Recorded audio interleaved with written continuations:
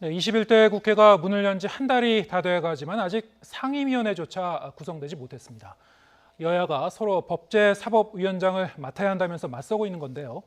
박병석 국회의장은 여야가 합의점을 찾지 못할 경우 모레 본회의에서 임의로 상임위 배정을 하겠다고 밝힌 가운데 여야가 막판 타결을 이뤄낼지 관심입니다.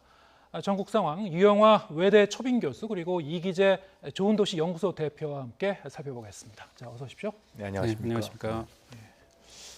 네, 저희가 이 전국 상황 이렇게 주말마다 네. 이렇게 모시고 좀 대담을 나눕니다만 이 국회 원구성하고 법사위 문제 제가 이제 출연자분들한테 이렇게 좀 질문을 드릴 때마다 매번 또 비슷한 질문을 드리게 되는 것 같은데 국회는 이제 진도를 계속 못 나가고 있어요. 네. 공회전 중인데 참 질문 드릴 때마다 이제는 좀 민망한 생각까지 들 정도인데요. 이게 사실 국회법 위반이죠. 좀 기한 넘겨갖고 이러는 게 이게 뭐가 문제라고 보십니까? 매번 이러는 게. 이건 이번에 저는 그렇게 생각해요. 20대 국회는 다당제였잖아요. 예. 그래서 이제 선거법을 개정을 했었어요. 준연동형 비례제로. 그런데 이제 양당이 위성정당을 만들면서 실제로 21대 국회에서 양당제가 된 거 아닙니까? 양당이 국회를 운영하도록 이제 한 건데 스스로가 이제 운영하겠다고 한 거예요. 양당이. 저는 의석수의 차이를 떠나서 지금 한 달이 됐는데도 원구성을 못 하고 있단 말이에요. 예. 국회법을 스스로 위반하고 있는. 과연 이런 양당이 하는 정치력이 얼마나 굉장히 한계에 부딪혔기 때문에 이런 국회 원구성도 못하는 것이 아니냐. 여당은 예를 들면 국정 운영에 대한 어떤 그 기본적인 틀로서의 국회의 논의 구조를 겪어야 되는 것이고요. 야당은 더 이상 발목 잡게 하지 말고 협력과 견제를 통해서 국회 운영에 나가야 되는 것인데 저는 그런 생각이 들어요. 지금 앵커께서 말씀하신 대로 이 양당 체제에서 이게 가능하느냐 그런 예. 생각까지 들어요. 예. 오늘 주말에 이제 협의를 하겠죠. 어느 정도 선언을 하겠지만 만약 예. 못한다 그러면 예. 참 이게 우리나라 양당 체제의 또 한 번의 모순을 드러내는 거 아니냐. 그럼 예. 계속 이런 파행으로 간다는 거거든요. 예. 21대 국회가 계속해서 가겠다는 거예요. 저는 의석수하고 문제하고 다르다고 봐요. 이거는요. 예. 양당 시스템이거든요. 양당이 둘이서 협의하고 합의하지 않는 국회는 파행으로 갈 수밖에 없습니다. 우리나라 국회. 교섭단체 간의 운영을 통해서 운영되기 때문에 그래서 상당히 지금 양당의 김태년, 주호영 이 두 분이 처음에는 이제 기대를 했는데 지금 정치력을 발휘하고 있지 못하거든요. 예. 상당히 중요한 두 사람의 개인적인 어떤 정치적인 앞길에 대한 테스팅이기도 하지만 저는 이런 양당 체제, 다시 돌아온 양당 체제에 대한 다시 한번 국민이 어떤 우려스러운 눈길로 보고 있는 것이 아니냐 그런 생각까지 듭니다. 네. 여야가 이제 타결을 하기를 기대합니다만 만약에 이제 또 이 원구성을 하지 못한다고 하더라도 이분들에게 이제 세비는 지급되겠죠 또. 그럼요. 예. 예. 네. 국민들이 네. 너무나 큰 고난을 또 위임한 분들이기 때문에 그럼요. 국민의 입장에서는 또 기대를 접기도 뭐하고 참 이거 좀 어떻게 봐야 될지 모르겠습니다. 예, 그러니까 이제 아까 양당 체제를 교수님이 얘기하셨는데 사실 양당 체제뿐만 아니라 전에 이제 선진당이나 이런 지역 정당이 몇 개 있을 때도 사실은 계속 같은 걸 반복해 왔습니다. 그래서 결국 이제 국회법을 이제 법을 만드시는 분들이 이제 법을 지키지 않는 이런 거에 대해서 국민적 비난이 많은데 근데 사실 국회법에는 무슨 처벌 규정이 따로 없습니다. 이게 어겨도 사실 그렇죠. 큰 문제가 없기 때문에 또 이런 게 반복되기도 하고 결국 이제 국회 운영과 관련해서 이 정치의 영역이라는 게 있기 때문에 결국은 이제 과연 이런 법적인 것만 갖고 될 문제가 아니라 협상을 해야 되지 않습니까? 이런 것 때문에 어떻게 보면 법과 제도의 문제보다는 어떤 사람과 어떤 그 협상력, 정치 협상력에 의해서 이걸 풀어나가는 거를 주로 이제 우리 정치권에서 예. 기대했었기 때문에 그런 거거든요. 예. 그래서 저는 이제 이런 문제에 대해서 그럼 다시 이제 세게 법과 제도의 문제로 갈 거냐 이 문제는 또 다른 측면이 있고요. 근데 저는 이번에는 처음으로 아주 새로운 정치 상황 환경이 만들어졌다고 보거든요. 왜냐하면 지금 그 민주당이 180석을 얻었잖아요. 그러니까 국민이 어마어마한 의석수를 그러니까 87년 체제 이후에 처음으로 그렇게 일당한테 몰아준 겁니다. 그렇죠. 이거에 대해서 서로가 좀 사실은 어리둥절하면서 이 새로운 질서에서 어떻게 할 것인가가 아직 교통 정리가 안 된 느낌이에요. 예. 그러니까 민주당은 제1당인 대로 이거 180석에 대한 이 기대를 내가 어떻게 충족시켜야 될 거냐. 이러면서 이걸 이제 법사위원장을 이제 본인들이 가져오고 강하게 어떤 집권 기반을 만들어 가려고 하고 있잖아요. 그런 거에 비해서 통합당은 뭐 일당은 그렇지만 여전히 우리가 103석을 갖고 있고, 그다음에 우리 41%의 투표를 했고, 그러면 당신들이 다수 독재로 그냥 막 할 것이냐?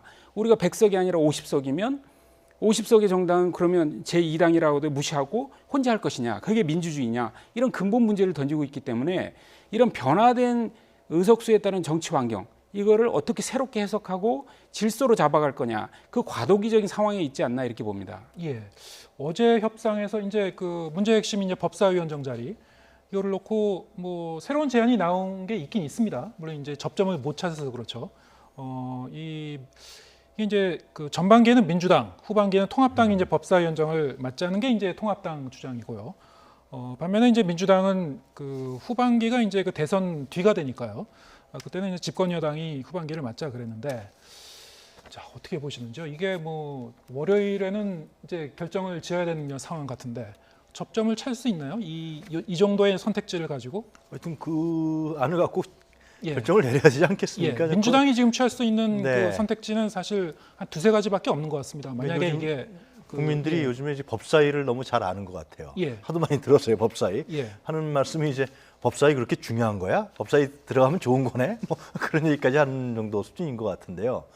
근데 이게 지금 말씀하신 대로 민주당에서는 법사위를 만약에 야당이 가져가게 되면은 예. 지금 뭐 현안이 되는 공수처법이라든가 각종 개혁 입법이라든가 경제에 관련된 규제 관련 법안이라든가 각종 법원들이 계속해서 막힐 것이고 발목을 잡을 것이다. 야당이 절대로 법사위를 내주면 안 된다라는 거고, 야당은 뭐 지적하셨습니다만 야당은 우리가 법사위를 갖지 못하면은 견제 기능이 사라진다. 아예 견제 기능이 사라지기 때문에 하여튼 무조건 법사위는 가져가야 된다. 이런 거란 말이죠.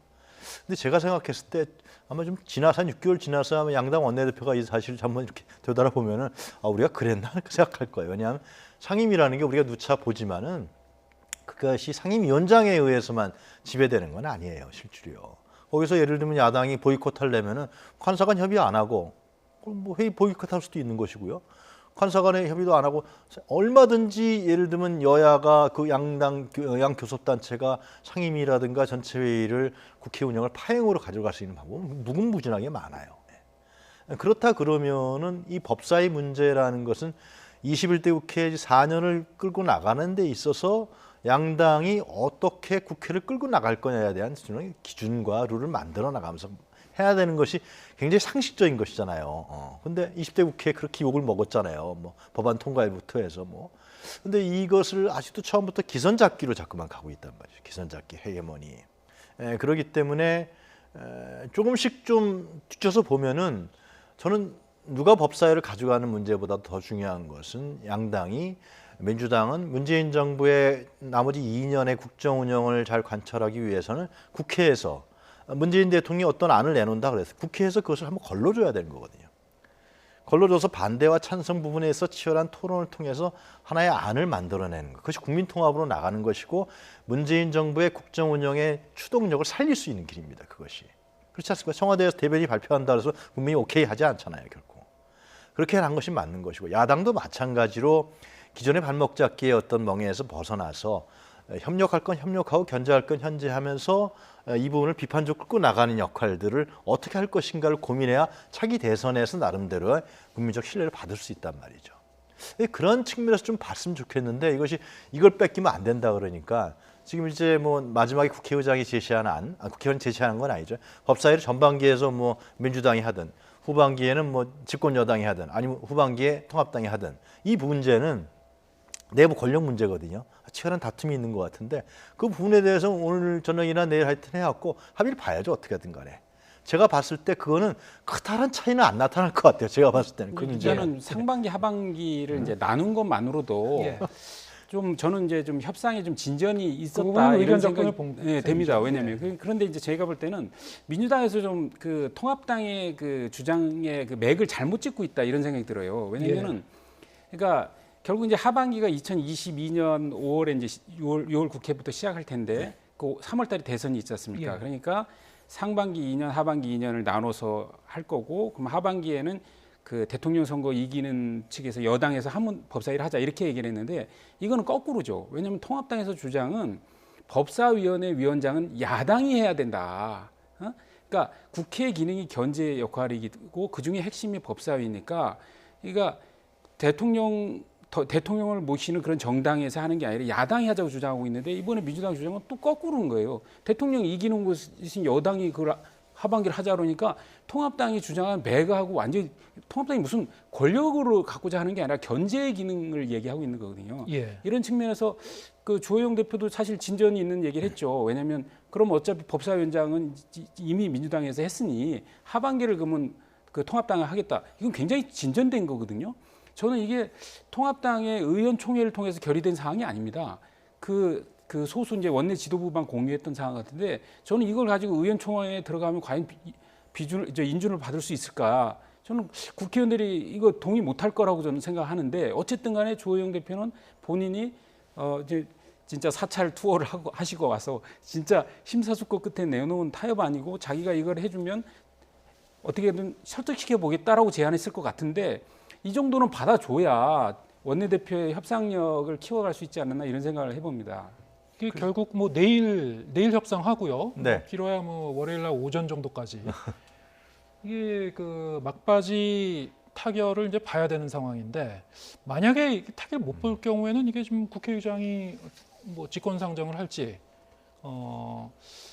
그렇게 되면 뭐 양쪽이 다 이제 부담스러워질 것 같은데요. 그 박병수 의장이 이제 권한이 이제 상임위에 임의 배정을 하겠다는 예. 그건데, 저는 그건 이번에 법사위라든가 6개 상임위 임의 배정을 했었잖아요, 박병수 예. 의장이. 근데 그렇게 해서 예를 들면 협상의 물꼬가 트이고 그것이 어떤 중요한 과정으로 갔다 그러면은 박 의장이 한 번 더 그렇게 할 가능성에 대한 전향성이 있다고 생각하는데, 근데 그 6개 상임위 배정을 박 의장이 했는데 물론 이제 굉장히 고충 끝에 했겠죠. 근데 협상이 잘 안 돼서 더 꼬였단 말이죠. 그래서 박병수 의장이 나는 그 문제에 대해서 과연 나갈 것이냐는 거에 대해서 좀 고민할 수밖에 없을 거라고 생각이 들고요. 그리고 그런 생각이 들어요. 그러니까 18개 상임위를 예를 들면 지금 야당에서는 다 가져가 그러는 거 아니에요? 다 가져해봐 한번 그러는 거예요. 야당에서 그래 준다면 다 해볼게 이러는 건데, 그건 사실상에 있어서 국회의 기능 자체를 서로 간에 완전히 무시해버리는 거거든요. 그럼 왜 국회가 있습니까? 그냥 뭐 여당 따로 요즘에 무슨 별도 특위를 막 만들잖아요. 외교안보 특위 따로 하고, 통합당에서 민주당은 또 민주당대로 그냥 하고 이렇게 나가면 되는 것이죠. 그거는 둘 다, 야당도 마찬가지로 만약 18개 가져가봐 해봐 그런 거는 결국은 뭐냐면 스스로 실익이라든가 국회의원으로서의 대표적 기능을 안 하겠다라는 거. 여당도 마찬가지로 이것은 그러면 우리가 한번 해볼 테니까 봐라 뭐 이런 식이 돼버린단 말이죠. 그렇기 때문에 그런 일은 있어서는 안 되는 것 같고요. 지금 이제 야당에서 요구하는 거에서 국정조사가 있어요. 7개인가 아마 요구하는 예. 것 같은데, 나는 그 부분이 이제 오늘 내일 협상에서 하나의 또 중요한 카드가 될 수 있다고 봅니다. 그러니까 이 법사위라든가 지금 법사위를 민주당에서 지금 법사위원장 윤호중 위원장이 하고 있잖아요. 그러니까 그걸 민주당에서 내놓는다는 것은 참 쉬운 협상이 아닐 것 같아요. 그거는요. 그럼 그럼 굉장한 다른 부분의 변수가 충격에 가해질 때 가는 것이기 때문에, 그런 상태에서 어떻게 할 것인가, 법사위를 지금 전반부, 후반부 또 뭐 집권여당 하여튼 그 부분과 또 국정조사 요구가 있기 때문에 그것을 민주당에서 좀 몇 개를 받아들인다든가 이런 식으로 해서 타협안을 만들어 왔고, 하여튼 월요일 날은 지금 그 3차 추경 문제가 있지 않습니까? 예. 3차 추경 문제는 이거는 뭐 보도가 됐습니다만 약 10조 원 같은 경우는 고용유지금과 고용안전지원금에 대한 문제란 말이죠. 아주 절박한 문제라고요. 실제로 이것은 기업뿐만이 아니라 거기서 일하는 노동자들 입장에서 봤을 때 특수 고용지 노동자들 문제이기 때문에, 그런 현황을 본다면 여야가 하여튼 간에 하여튼 작은 차이를 좀 없애면서 21대 국회를 어떻게 끌어갈 것이냐라는 부분에서 교섭단체 간에 양당 간에 어떻게 협의 구조와 협의 내용을 만들 것이라는 큰 그림 속에서 양당 원내대표가 좀 합의를 만들어냈으면 좋겠어요. 그 중에 하나가 좀 들어갔으면 가도 국정조사 문제가 있으니까 그걸 민주당에서 좀 받는다든가 이렇게 해갖고. 국정조사 문제는 좀 양당이 의견 접근을 이룰 수 있는 부분 아닙니까? 글쎄요, 지금 뭐 협상 카드로는 나왔지만 예. 그 민주당 입장에서는 국정조사 카드를 쉽게 받기는 어렵죠. 왜냐하면 지금 그 통합당에서 벼르고 있는 게 정의연, 윤미향 사건 같은 경우, 그 다음에 대북 관계 문제, 그 다음에 지금 계속 제기되는 뭐 유재수 감찰 무마 사건 예. 등등 아주 권력에 예민한 것들을 건들고 있기 때문에 쉽게 그 민주당에서 그것을 양보안으로 받아줄 거라고 생각하지는 않습니다. 제가 볼 때는. 네.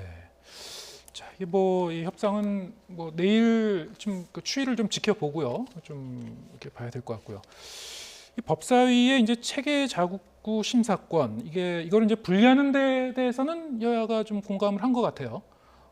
근데 이제 협상이 타결이 된다면 법사위가 어떻게 좀 개혁을 할 것인가 이 부분은 사실 두 분도 이제 지난번에 여러 번 나와가지고 이제 그 의견을 말씀하셨고요. 제 기억에 이제 이 교수님은 일단 이 실무적인 부분은 좀 분리할 필요가 있다. 예, 하지만 이제 그 법사위에서 이 쟁점 법안에 대해서 이제 매번 제동 걸고 이런 부분은 좀 개선해야 되고 그 부분에서 그냥 공감대를 이루어 나가야 될까 이렇게 말씀하신 걸로 기억하는데요. 예. 그러니까 저는 이번에 여야 원내대표 간의 협상을 할 때 예. 이러한 법사위 개혁, 국회 개혁이죠. 국회 개혁이라는 문제를 화두를 놓고서 한번 처음에 그 문제를 했다 그러면은 좀 다른 양상이 좀 나타났을 거라고 생각이 들어요. 예. 그러한 지금 말씀하신 법사위 개혁 문제. 이것은 처음에는 야당에서 인정하지 않았지만 이것이 자구체계 심사가 정상적인 국회 운영의 발목을 잡아왔고 그리고 마치 법사위가 상원도 아닌데 무슨 상원입니까 법사위가? 만약에 옥상옥의 기능을 했다라는 사실 자체 그리고 나중에 그건 여야 간의 판단은 없이 서로 간에 몇십 개 법안을 갖고 있다가 그다음에 원내대표에 협상이 되면 싹 또 통과시켜주고 이러한 시기에 이 부분들의 관행은 개선시켜야 된다. 그럼 거기서 그러면 여야가 법사위와 다른 상임위 회부는 어떻게 할 것이냐 이런 거에 대해 그걸 한다고 가정을 하고 상호 간에 그런 다음에 문제를 풀었다 그러면 좀 더 저는 순조롭게 풀었을 것이고 민주당도 거기에도 초점을 맞췄다고 생각해요. 야당이 반대한다 그래도. 그런데 덥석 그냥 법사위를 누가 가질 거냐 문제를 풀어보니까 힘 대 힘싸움으로 가는 거죠. 그러니까 야당 입장에서는 그래 우리 힘이 약해 우리 한번 그럼 뻗치게 해볼게 이렇게 돼버린 거예요 지금 현재가요. 그래서 지금 말씀하신 대로 이 문제는 민주당이 법사위원장이니까 법사위원장을 가졌으니까 물론 그 안에서 합의가 돼야겠죠. 거의 야당 의원들도 있으니까 지금 법사위의 개혁 문제 지금 얘기한 그런 국회 운영을 정상적으로 방해하는 문제를 어떻게 개선할 거냐는 문제. 그리고 마치 상원도 아닌데 상원 역할을 하는 옥상옥 역할을 하는 문제. 법안 소위 심의가 모든 상당 국회의원이 그렇게 얘기를 해요. 두 가지 걸림길이 있대요. 자기네들이 법안을 내면은 하나는 법사위 법안 소위 심의고 그다음에 이제 기재부라고 그러더라고 예산이 있으니까. 이 두 가지가 난항이 있기 때문에 상당히 법안 내도 상당히 어렵다 이런 얘기를 스스로 하는 국회의원들이 상당히 많습니다. 그런 걸 봤을 때는 이번 참에 좀 양당 원내대표가 국회를 개혁한다. 법사위를 개혁한다. 이런 차원으로 나갔으면 좋았을 텐데 지금 이 문제를 어떻게 다룰지 모르겠어요. 지금. 근데 저는 조금 견해를 좀 달리하는데요. 지난번에 제 기억에는 좀 한 2년 정도 좀 수기 기간이 필요하다 이렇게 좀 말씀하셨던 저는 그렇습니다. 걸로 왜냐하면 기억합니다. 그 문제에 대해서는 생각이 다르기 때문에 그런데 왜냐하면은 이제 저도 이제 국회에서 이제 경험을 좀 하다 보면 이게 법사위 기능에서 아까 이제 이걸 구분하자는 게 이제 체제 자구 심사라는 법제위 기능하고 이제 법원이나 헌재나 이런 걸 피감기관으로 하는 국정감사 기능을 할 수 있는 어떤 법안 위한 사법위원회하고 구분하자는 건데 저는 이게 법제위원회가 굉장히 중요하다는 거죠. 이거를 이제 국회의장 산하의 무슨 실무 단위로 할 문제가 아니다. 왜냐하면은 아까 교수님이 얘기하셨듯이 실제로 국회의원들이 불편해합니다. 왜냐하면 법사위의 법안을 처리해가 그걸 또 심사받는 게. 근데 저는 그게 불편한 게 정상이다라고 생각하는 거죠. 왜냐하면 이 18개 상임위에서 이렇게 법안이 만들어지는 과정이 그게 의외로 이렇게 상당히 체계적이거나 이런 부분이 많이 부족합니다. 그래서 이게 와서 법사위에 와서 한번 걸러지는 역할을 하고 그다음에 수많은 법안들이 상임위에 다뤄질 때 놓치는 부분들이 법사위에 오면서 당대당으로 당의 정강정책과 이념에 근거해서 그 속에서 쟁점 법안에 대해서 예민한 법안에 대해서 집중 토론을 하거든요.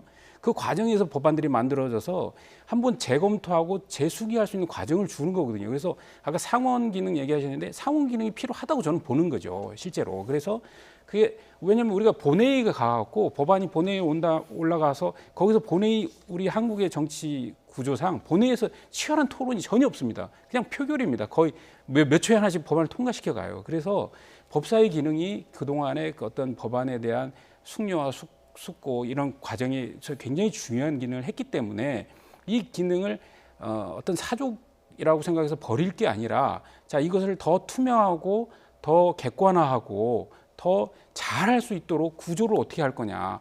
예를 들어서 저는 분리도 동의할 수 있지만 분리한다면 이걸 오히려 차라리 법제 특위 같이 우리가 예결 특위가 있듯이 법제 특위 같이 특위를 만들어서 그 각각의 상임위에 있는 간사라든가 법안 심사 소위원장들이 거기 참여해서 좀 더 집단적으로 수기할 수 있는 구조를 만들어주는 것도 굉장히 좋은 방법이다. 그래서 이런 제도와 관련해서는 앞으로 충분한 토의를 통해서 국회법이라든가 여러 가지 개정해 가면 좋겠고요.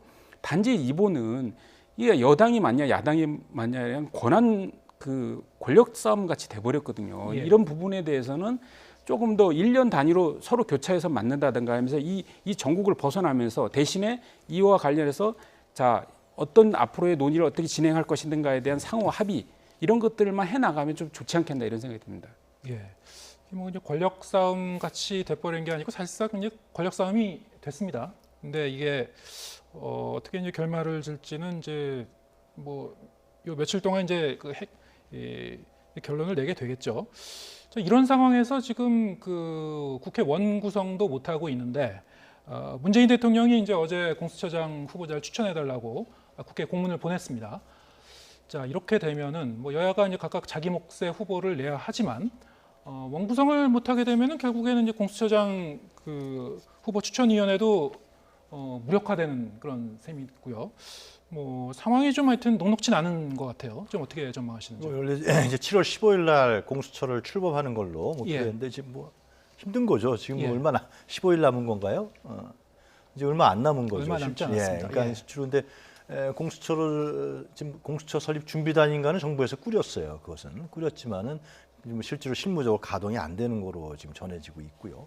그리고 이제 그러려면 이제 공수처장을 선출하려면은 국회에서 7명의 추천위원을 일단 선정해야 되는데 추천위원회를 구성해야 되는데 지금 여야가 원구성을 못했으니까 거기에는 이제 뭐 대한변협에서 또 뭐 법제처에서 법무부에서 이렇게 추천하고 나머지 4명은 여당에서 2사람, 야당에서 2사람이 교섭단체에서 하는 겁니다. 그러니까 민주당하고 통합당에서 하게 돼 있는 거죠. 근데 통합당이 참여하지 않게 되면은 이거는 추천위원회가 꾸려지를 않는 거죠. 그리고 그 추천위원회에서 2사람을 추천을 해서 거기서 이제 대통령에게 2명을 이제 주면은 대통령이 거기서 결정하게 돼 있는데 그 추천인 7명 중에서 6명이 이건 찬성해야 되는 거죠. 그러니까 통합당이 2명이 거기서 안 들어가 버리게 되면은 추천을 할 수가 없는 거예요, 기능 자체가. 예. 그리고 이제 그 다음에 이 공수처에 대한 운영 규정이 있어야 될 것이고 법제화해야 될 테고 또 공수처장이 대통령이 이제 임명하게 되면 청문회를 해야 된단 말이에요. 인사청문회법을 다시 만들어야 된단 말이죠. 이런 부분들이 지금 전혀 얘기가 안 되고 있는 상황인 것이죠. 그리고 또 더 문제가 되는 건 통합당이 지금 이 공수처를 지금 위원이 있다 그래갖고 위원 요소가 있다고 헌재에다가 지금 제소를 한 그렇죠. 상황이에요. 현재요. 이게 복잡하게 얽혀 있는 것이죠. 현재. 그래서 이런 부분들은 결국은 어떻게 할 것이냐는 문제는 국회에서 협의회에서 해결할 수밖에 없는 것이죠. 물론 공수처에 대해서 국민들 여론이 높은 건 사실입니다. 상당히 그 당시 공수처법 통과될 때도 물론 우여곡절에 통과됐지만 야당의 강한 반대에서 여론 높은 건 상황이기 때문에 그래서 검찰의 권한을 좀 축소해야 되고 그리고 고위공직자라 대통령 포함한 이러한 부분들을 정확하게 조사해야 된다. 그래서 별도로 해야 된다라는데 야당은 공수처장이 되면 또 하나의 대통령 독재가 되는 거 아니냐 이렇게 또 반대하고 있단 말이죠, 실제로. 그래서 이런 문제를 국회에서 논의를 해서 어떻게 그럼 공수처 운영을 할 것인가 법률 문제, 인사청문회는 또 어떻게 할 것인가 문제 이런 부분들을 폭넓게 협의를 해 나가야 되는 것이. 일단 법률 통과됐으니까요. 그래서 근데 이런 부분들이 지금 전혀 원구성이 안 돼 있으니까 진행이 안 되고 있는 상황인 거죠. 7월 15일은 그 민주당의 시간표입니다. 통합당 전혀 그 시간에 구애받질 않아요. 왜냐하면 공수처법의 그 통과 과정에 전혀 참여하지도 않았기 때문에 예. 그 민주당이 그 4+1으로 만들어 갖고 그냥 그 패스트트랙에 태워 갖고 그냥 그 강행한 거 아닙니까? 그러니까 통합당은 그 공수처법에 관여하지도 않았고 그리고 동의하지도 않고 그래서 공수처장 임명하는 거에 대해서도 부정적이고 이걸 또 헌법소원까지 내놓은 상태거든요. 이렇기 때문에 이거는 뭐 이걸 급하게 얘기한다고 해서 아무런 명분 제시가 안 됩니다. 예. 그러니까 오히려 빨리 원구성을 제대로 하고 예. 그래야 이게 7월이든 8월이든 9월이든 구성되지 않을까 이런 생각합니다. 뭐 논리적으로는 순서는 뭐 그렇게 돼야지 이제 네. 풀리겠죠. 네. 예. 그 얘기는 거기까지 하겠습니다. 일단 다음 얘기로 넘어가겠습니다. 이번에 이제 법무부와 검찰 수장 간 충돌 관련한 얘기를 해보겠습니다. 추미애 법무부 장관 그제 초선 의원 간담회에서 윤석열 검찰총장을 아주 작심하고 비판을 했죠. 함께 들어보시겠습니다. 저는 대검 감찰부에서 하라 그랬는데 그죠? 그것을 중앙지검 인권감독관에 내려보내고 그리고 대검 인권부가 총괄해서 보라라고 이렇게 저의 지시를 절반을 잘라 먹었죠. 장관의 말을 겸허히 들으면 좋게 지나갈 일을 세상 지휘랍시고 해가 지고 일을 더 꼬이게 만들었어. 네. 정치인 출신 장관이라는 점을 감안하더라도 상당히 좀 직설적으로 표현을 했습니다. 논란이 될 거라는 거를 모르진 않았을 거고요. 이렇게 사실 의도적으로 굉장히 좀 거친 언어를 써가면서 비판을 한 것 같은데, 자, 그 이유를 어떻게 보시는지요? 저는 일부러 논란을 만들었다고 생각합니다. 예. 왜냐하면 추미애 장관이 그 직전에 이제 법사위원회 있을 회의에서 송기현 의원한테 공격을 받았잖아요. 예. 그러니까 순치된 거 순치라는 아니냐. 말을 듣죠. 그러니까 검사들하고 순치된 거 아니냐. 이렇게 그래서 이제 추미애 장관은 모욕적이라는 표현까지 했는데 저는 그게 굉장히 본인한테는 심적 부담을 작용했다고 봅니다. 왜냐하면 2020년 이제 1월달에 이제 취임한 이후에 인사안을 내서 윤석열 총장의 팔다리를 다 자르는 좌천 인사를 했잖아요. 그때만 해도 추다르크 아니냐 그러면서 민주당 내에서 굉장히 기대감이 컸거든요. 근데 그 이후에 지금 한 6개월이 지난 동안에 사실 한 게 없어요. 그러니까 민주당이 바라는 의미에서 얘기하는 겁니다. 민주당이 바라는 의미에서 뭘 했냐 추미애가 이런 얘기가 나온다는 거죠. 즉 이제 친문 지역에서 그런 얘기가 나오고 있기 때문에 추 장관은 상당히 부담스러운 상황이었고 이런 상황에서 윤석열 총장에 대한 이런 부분을 좀 강하게 얘기함을 통해서 자기가 하려고 했는데 이런 걸림돌이 있었다는 거를 어떻게 보면 어필한 게 아니냐 이렇게 볼 수 있을 것 같습니다. 제가 볼 때는. 예. 자, 근데 이 예. 추미애 장관의 발언이 나온 게 이제 또 공교롭게도 문재인 대통령이 법무부하고 이제 검찰 간에 이제 협력하라고 당부를 하고 나서 며칠 안 돼 갖고 연이어 나왔어요. 추 장관이 그동안의 정치 언행이라는 과정을 보면 은근히 예. 원칙적인 측면이 있는 사람이에요. 굉장히 예. 자기가 생각하는 부분에 대해서는 확실하게 이렇게 나가는 그런 측면인데 이 문제는 오늘도 이제 자기가 얘기를 했던데 그러니까 검언 유착이라는 문제, 검찰과 언론이 유착을 해서 그것을 조작을 해서 예를 들면은 우혹 사건을 만들었던 문제, 채널 A 사건 문제하고요. 그 다음에 이제 위증 교사 의혹 문제죠. 그러니까 증언을 한명숙 전 총리 사건 문제죠. 그 증언들을 수십 차례 불러서 검찰에서 그것을 교사했다라는 의혹 문제. 이 두 가지 문제는 제가 봐도 그거는 검찰 개혁 대상인 거죠. 근데 그것을 윤석열 총장이 대검 감찰에서 해야 될 부분들을 인권 담당이라든가 또 검찰 무슨 자문수사단인가요? 그쪽으로 돌린 그거는 좀 잘한 것 같지가 않아요. 그건 더욱더 잘못하면 그것도 한동훈 부장 같은 건 자기 측근으로 알려져 있는 사람이기 그렇죠. 때문에 예. 그 문제에 대한 더 명백하게 더 칼날을 댔어야 되는 거죠. 읍참마술이라는 심정으로. 그래야 윤 총장의 입지가 더욱더 중요하게 될 텐데 그래서 그런 부분을 돌린 거는 사실상 잘한 건 아닙니다. 그거는. 그래서 그것을 추미애 장관이 이거는 그렇게 하지 말아라고 하면서 법무부 장관으로서의 검찰총장을 지휘하는 그 권한을 쓴 거죠. 근데 사실상 그거는 그래서 법무부 장관을 시켜놓은 거죠. 추미애 장관을, 추미애 오선 의원을. 그렇지 않으면 검찰이 계속해서 자기 식구 감싸게 되는 것이고 검찰 개혁은 물 건너가기 때문에 그래서 그 부분은 상당히 저는 잘한 것이고 거기까지 했는데 그 다음에 이제 여당에서 무슨 윤석열 총장을 사퇴시켜야 된다는가 이런 얘기들이 막 나오기 시작해버린 거예요. 그러니까 이게 그러면서 이 검찰 개혁이라는 문제, 거기서의 검찰이 제 식구 감싸기라는 의혹을 달았던 검언 유착 문제라든가 위증 교사 문제가 이것이 정치적인 문제로 물이 타버린 거라고 생각합니다. 분리해야 되는 거죠. 그래서 문재인 대통령 둘이 사람이 잘 협력해서 하라는 얘기 아니겠어요? 그런 얘기를 했단 말이죠. 며칠 전에 회의에서. 그래서 이 문제에 대해서는 윤 총장을 타겟으로 삼아서 자꾸만 이 문제를 정치화시키지 말고 이 문제는 검찰 개혁 문제는 개혁 문제로 끌고 가고 그다음에 윤 총장은 임기가 2년 아닙니까? 임기가 2년이기 때문에 임기 2년을 채울지 아니면 중간에 그만둘지 그것은 윤 총장 개인의 판단에 대한 문제가 있는 것이고 또 청와대가 정권의 차이에 대한 문제가 있는 것이거든요. 이거 자꾸 정치인들이 왈가왈부하게 되면은 좀 추미애 장관의 스텝도 자꾸 꼬인다고 생각이 들어요.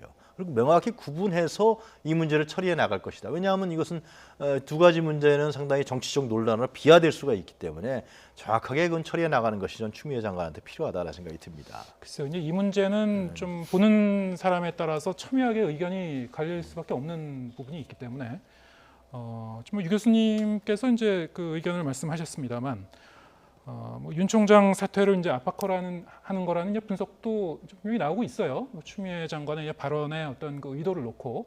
근데 이제 아까 말씀드렸습니다만 이제 문재인 대통령의 어떤 그런 당부가 있었는데 한 사흘 만에 또 이런 얘기를 연이어서 하는 것이 법무부 장관 입장에서 그리고 이제 여당의 이 중진 의원 출신으로서 저런 얘기를 하는 것 자체가 이게 본인의 어떤 그런 그 개인적인 소신을 그렇게 개인적인 의견을 계속 표출하는 건지 아니면 혹시 여권 내지는 청와대 의중까지 어느 정도 반영된 건지 이게 상당히 좀 민감한 문제이긴 하겠습니다만 보는 사람에 따라 여러 가지로 좀 해석할 그 소지가 있을 것 같습니다. 어떻게 보시는지요? 저는 후자라고 봅니다. 왜냐하면 대통령께서 이제 좀 협력하라라고 얘기를 했음에도 불구하고 그 다음에 바로 이런 직원 직설을 했다는 것만 해도 이게 그 굉장히 심한 표현이지 않습니까? 뭐 잘라 먹었다는지 그 굉장히 그 장관으로서 자기 격이 안 맞는 이제 표현까지 한 건데 저는 청와대나 문재인 정부의 핵심 인사들의 기류는 결국은 윤석열 총장이 자진 사퇴하길 바라는 거 아닙니까? 그거는 대한민국 국민이 다 알고 있는 겁니다, 사실. 예? 자진 사퇴하길 바라는 것이고 왜냐하면 해임이라든가 이런 형식을 빌었을 때는 그에 상응하는 역풍이 불 수가 있다는 우려를 분명히 하고 있는 것이고 또한 정치적으로 윤석열 총장에 대한 어떤 그 정치적 급수를 올려줄 수 있는 우려가 있기 때문에 사실 해임을 할 수가 없는 상황이죠. 그런 상황에서 자진 사퇴를 하게끔 유도하는 것을 여러 사람이 그 자존심을 상하게 하는 방법이든 그게 어떤 방법이든 간에 저는 하고 있다고 보고 그게 뭐 예를 들어 서른 의원만 해도 나 같으면 사퇴한다라고 그냥 대놓고 얘기하지 않습니까? 그러니까 사퇴하지 않는 사람을 오히려 더 이상하게 만드는 발언들을 했고 그거에 대해서 기류가 이상하니까 물론 이해찬 대표와 이제 함구령을 내렸지만 그다음에 이제 대통령도 수습하지만 결국은 이 전체적인 친문 진영의 그 저류가 윤석열의 자진 사퇴를 권고하고 있는 겁니다. 그런 의미에서 결국 이제 사실 이제 남은 카드는 윤석열 총장이 그러면 자진 사퇴할 거냐. 근데 그것도 저는 쉽지 않다고 봅니다. 왜냐하면 윤석열 총장이 이미 그런 시기를 이미 지나버렸어요. 이제 본인은 이제 그 검찰 조직을 지켜야 되는 굉장히 그 숙명에 처해 있기 때문에 본인의 어떤 거치가 자기 개인의 거치가 되지 아니라 검찰 조직의 거치가 돼버렸기 때문에 쉽게 결정할 수 없는 상황이 됐습니다. 그래서 결국은 이 문제를 계속 이런 공방으로 가면서 그 압박을 하고 그거에 대해서 윤석열 총장이 저항하면서 정치적 급수를 올려가게 이런 형국으로 놔둘 건지 아니면 어느 정도의 정치적 타협을 통해서 양보할 거 양보하고 원칙적으로 수사할 건 수사해야 되지 않습니까? 그다음에 그게 또 그렇다고 윤석열 총장이 지금 정권을 향해서 그렇게 칼을 들이대는 것도 없어요. 사실은 어떻게 보면 조국 전 장관의 건에 대해서는 너무나 그러니까 검찰 개혁이라는 미명하에 검찰과 전혀 맞지 않는 그러니까 오히려 검찰을 적대시하는 장관에 대해서 문제를 제기했고 그 문제가 그 어떤 뭐 자녀에 대한 입시 비리 문제부터 시작해서 여러 가지 문제들이 있었기 때문에 그걸 건의했는데 대통령이 그걸 강행했고 그에 대해서 맞선 것밖에 없지 그 이후에 뭐 정권을 향해서 무슨 칼을 들이대고 있습니까? 사실 없어요. 그 이후에 나오는 거는 유재수 감찰 무마 사건부터 시작해서 뭐 울산 시장 선거에 대한 개입 문제라든가 이건 자연 발생적으로 나오고 당연히 그 검찰의 고소와 고발이 이루어진 거에 대해서 수사한 것밖에 없다고요, 실제로. 그런 면에서 정부가 왜 이렇게 윤석열 총장을 이렇게 찍어내려고 하는지 이런 부분에부터 조정을 해야 된다 이런 생각입니다. 정부에서 찍어내린 것 같지 않고요. 이해찬 대표가 함구령이 내린 의미는 뭐냐면은 윤석열 총장을 자꾸만 정치적으로 언급하는 과정이 바로 야당에서 이 문제를 정치적으로 활용하면서 정치적 논란으로 끌고 나간다라는 것이죠. 그렇게 되면서 마치 윤석열 총장이 물론 결정적인 하자가 있을 땐 사퇴해야겠죠. 그거는 뭐 그런 부분이 없는데 자꾸만 정치적으로 윤 총장의 사퇴를 여권에서 일부 이렇게 얘기를 하는 것은 결국 야권에게 정치적 호재가 되는 것이고 문재인 정부가 예를 들면 검찰총장의 임기가 보장돼 있는 것이고요. 예. 법무부 장관이 있는 것인데요. 중요한 그 어떤 권력 기관 아니겠어요? 이런 부분들이 흔들리는 과정이 된다. 이런 판단들을 하는 것이 저는 여권의 중요한 기류라고 좀 알고 있습니다. 예, 지금 검찰총장의 어떤 권한, 임기 그리고 어떤 기본적인 원칙이 있을 텐데 그것을 넘어서 이제 너무 이제 정치적으로 비화하는 건 바람직하지 못하다. 그런 말씀하셨습니다. 어쨌든 뭐 오늘 두 분 말씀 여기까지 듣겠습니다. 유영하 외대 초빙 교수 그리고 이기재 좋은 도시 연구소 대표와 함께했습니다. 자, 감사합니다.